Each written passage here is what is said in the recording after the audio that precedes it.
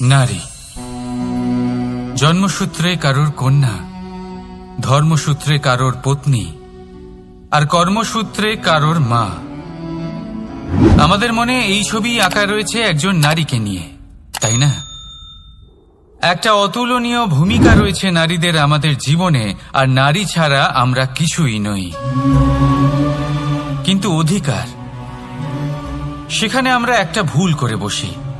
যখন নারী একজন কন্যা থাকে, যখন সে জন্ম নেয়, তখন তার ওপর অধিকার থাকে তার পিতার।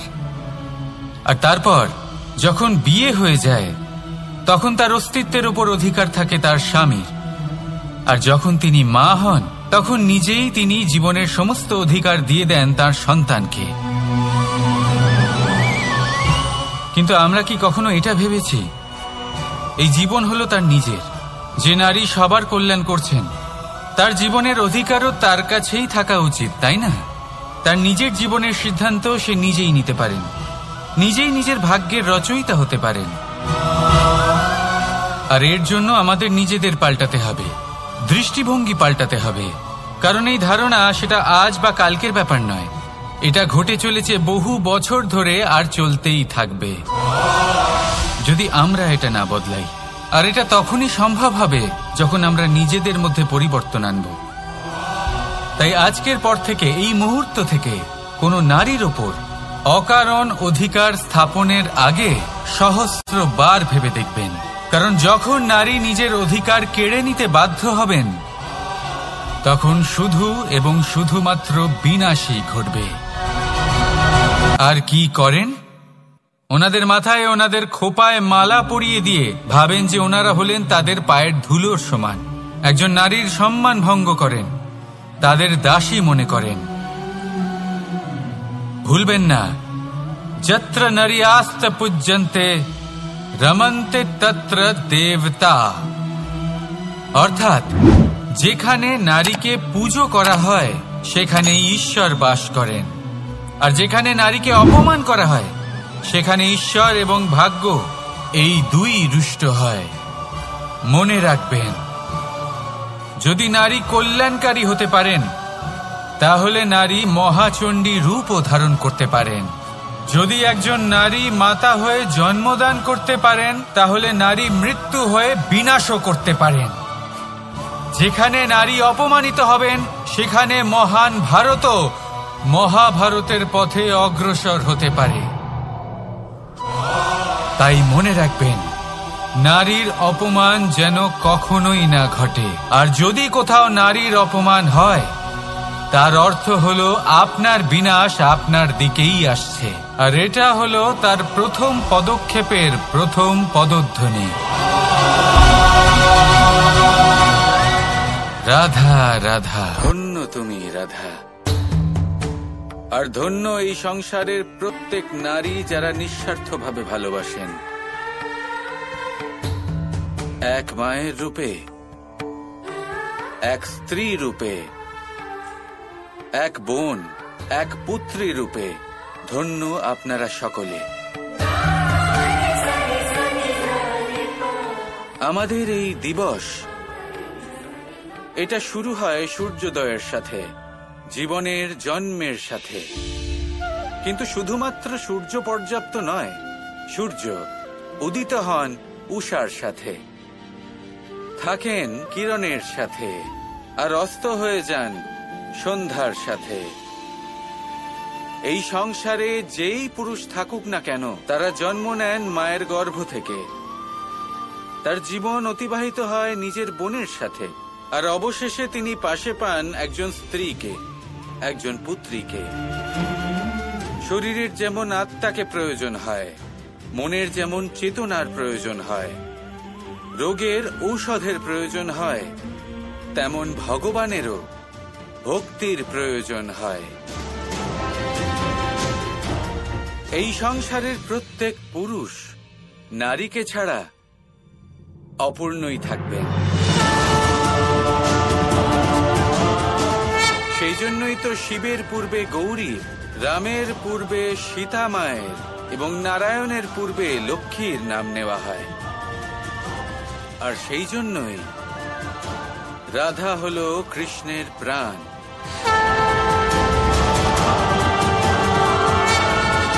শুধু একটাই কথা বলতে চাইব, যেমন হৃদয়ের কোনো অস্তিত্ব নেই নিঃশ্বাস ছাড়া, ঠিক তেমনই কোনো পুরুষ জীবনে এগোতে পারবেন না কোনো নারীর ভরসা বিশ্বাস ছাড়া। আজ রাধার সাথে সাথে এই সংসারের প্রত্যেক নারীকে আমি মন থেকে প্রণাম জানাচ্ছি। যত্র নারীস্তে পূজ্যতে রমন্তে তত্র দেবতা। অর্থাৎ যেখানে নারীকে পুজো করা হয় সেখানে দেবতা বিরাজ করেন। আমরা এসব মানি, কিন্তু পালন কতটা করি? এবার আপনারা বলবেন, আমরা মেয়েদের সবার সামনে সম্মান করি, তার জন্মদিনে অথবা বিবাহ বার্ষিকীতে তাদের উপহার দিই, ইত্যাদি ইত্যাদি, কিন্তু এটা কি যথেষ্ট?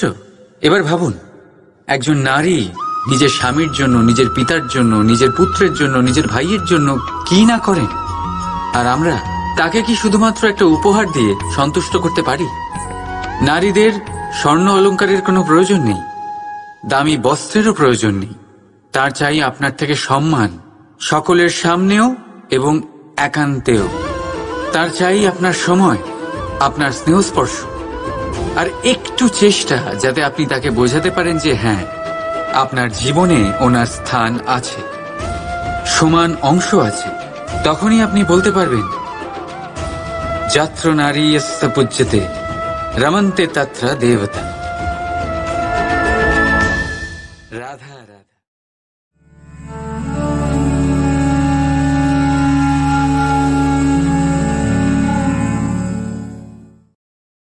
আমাদের মধ্যে অনেকেই এই ভাবনায় বিলীন থাকি যে আমাদের নিজের জীবনে আপেক্ষিক সুখ আর সুবিধা কখনো প্রাপ্তি হয়নি, কারণ ভাগ্যে এই নির্ধারিত আছে, কারণ আমরা এমন পরিবেশে জন্ম নিয়েছি। কিন্তু আপনার জন্ম কি আপনার নিয়তি নির্ধারণ করে? কিছুটা হলেও করে। যেমন বৃষ্টির ফোঁটা যখন মেঘ থেকে জন্ম নেয়, তখন তার প্রারম্ভিক কাজ ধরাতলে পড়া, কিন্তু সে ধরাতলে কোথায় পড়ছে? রাধা রাধা। মানুষের স্বভাব হলো ভাবা, ভেবেচিন্তে সিদ্ধান্ত নেওয়া, আর সিদ্ধান্ত নিয়ে এই পৃথিবী বদলানোর ভাবনা নিয়ে এগিয়ে যাওয়া, তাই না? কিন্তু সবাই কি নিজের সিদ্ধান্তের ইতিবাচক পরিণাম পেতে সফল হন? কেন শুধু কিছু মানুষই এই সংসারকে বদলাতে পারেন, সবাই নয় কেন? এর কারণ হলো ভয়। আর এটাই পার্থক্য সফল আর অসফল মানুষের মধ্যে। সফল তারাই হন যারা নিজের ভাবনা আর সিদ্ধান্ত দিয়ে এই সংসার বদলে দেন, আর অসফল তারাই হন যারা এই সংসারের ভয়ে নিজের ভাবনা, নিজের সিদ্ধান্ত বদলে ফেলেন। তাই যদি এই পৃথিবীতে আপনি কিছু বদলাতে চান, তাহলে নিজের লক্ষ্য অবধি পৌঁছবার পথটা বদলান, নিজের ভাবনা আর নিজের সিদ্ধান্ত নয়। রাধা রাধা।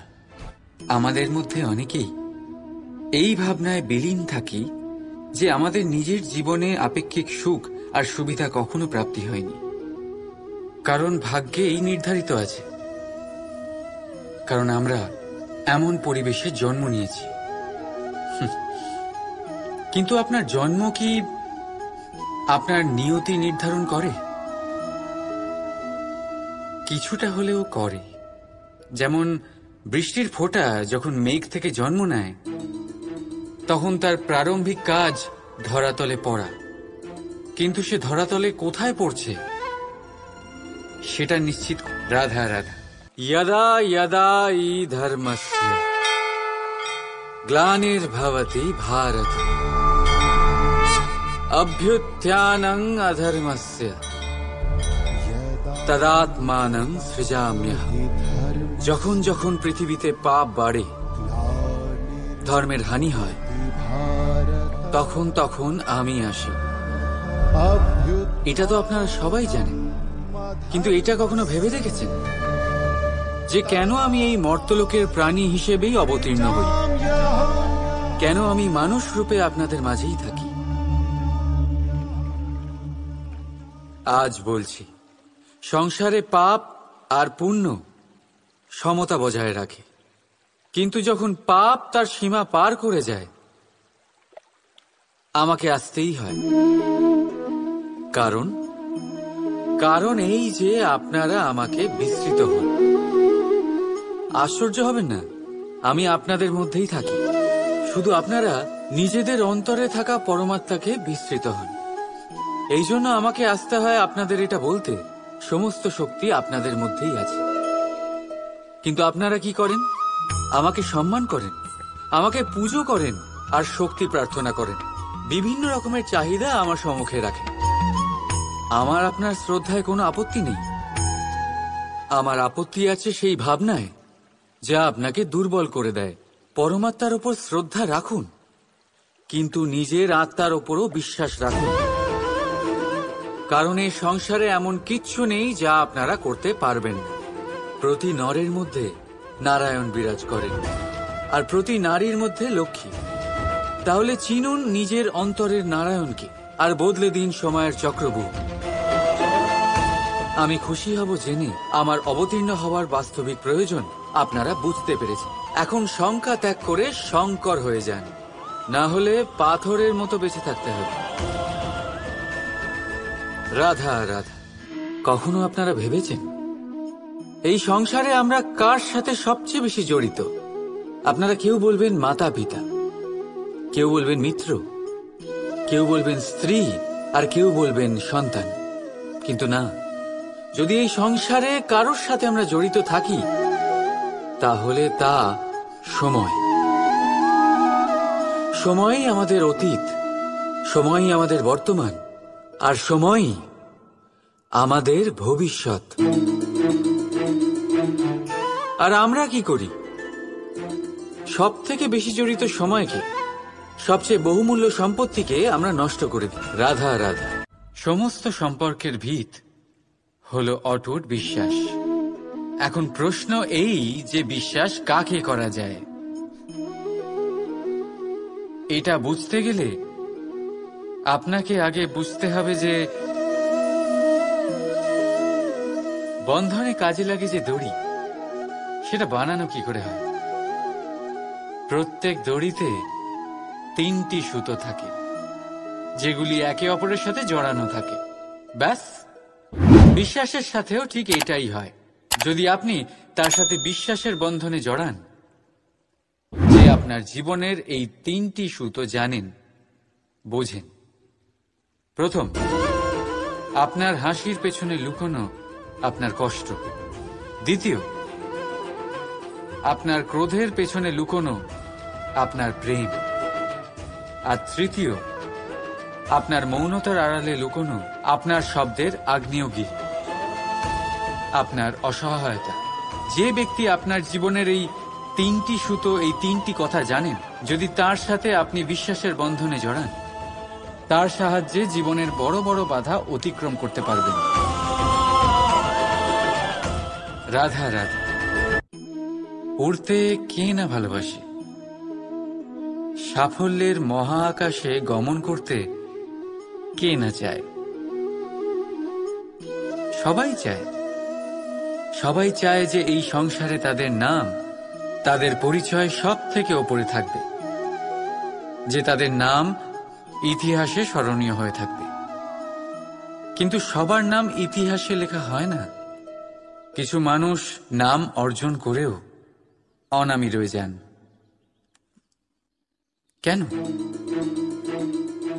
কারণ তারা এই ধরিত্রীর সাথে সম্পর্ক ভেঙে দেন, ভুলে যান এই কথাটা। রাধা রাধা। লোকজন আমাকে সবসময় এই প্রশ্ন করতে থাকে যে বন্ধুত্বের প্রকৃত অর্থ কি, এই প্রেমের প্রকৃত অর্থ কি। আর আমি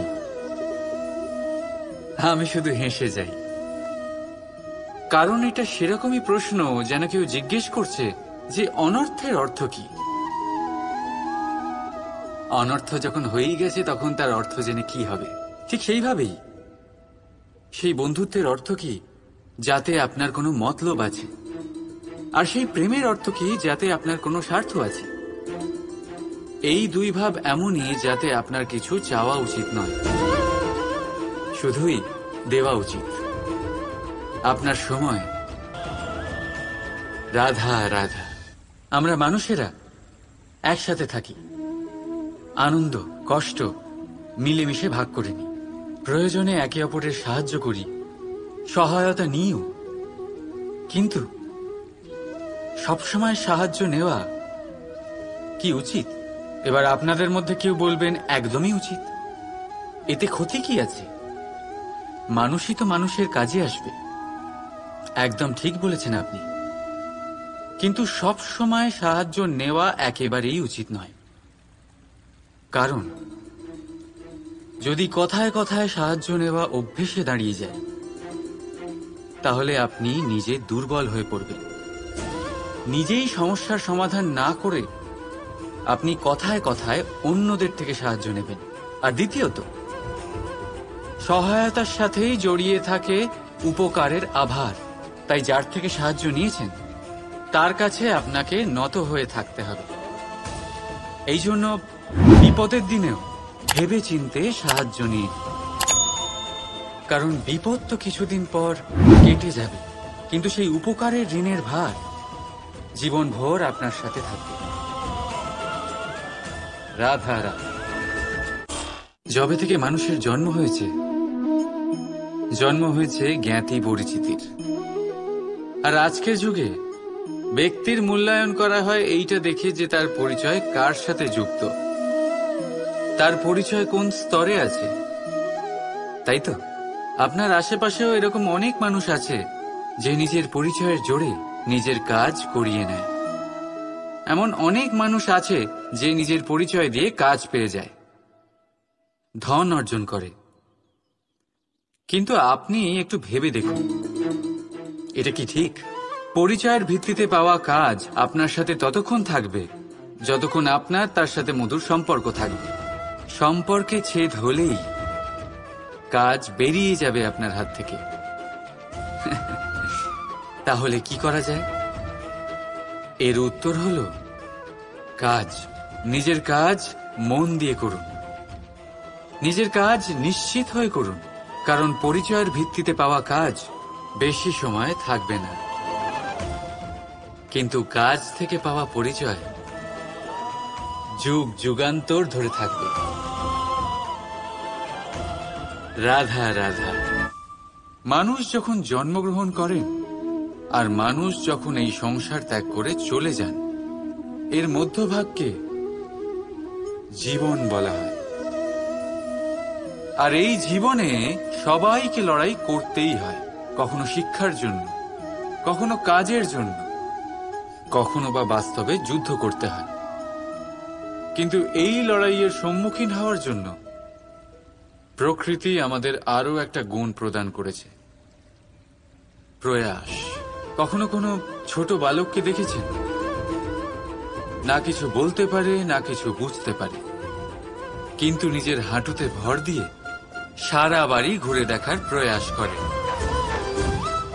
দাঁড়িয়ে ওঠে, পড়ে যায়, আবার দাঁড়িয়ে ওঠে, আর শেষ পর্যন্ত সে ঠিক হাঁটতে শিখে যায় না।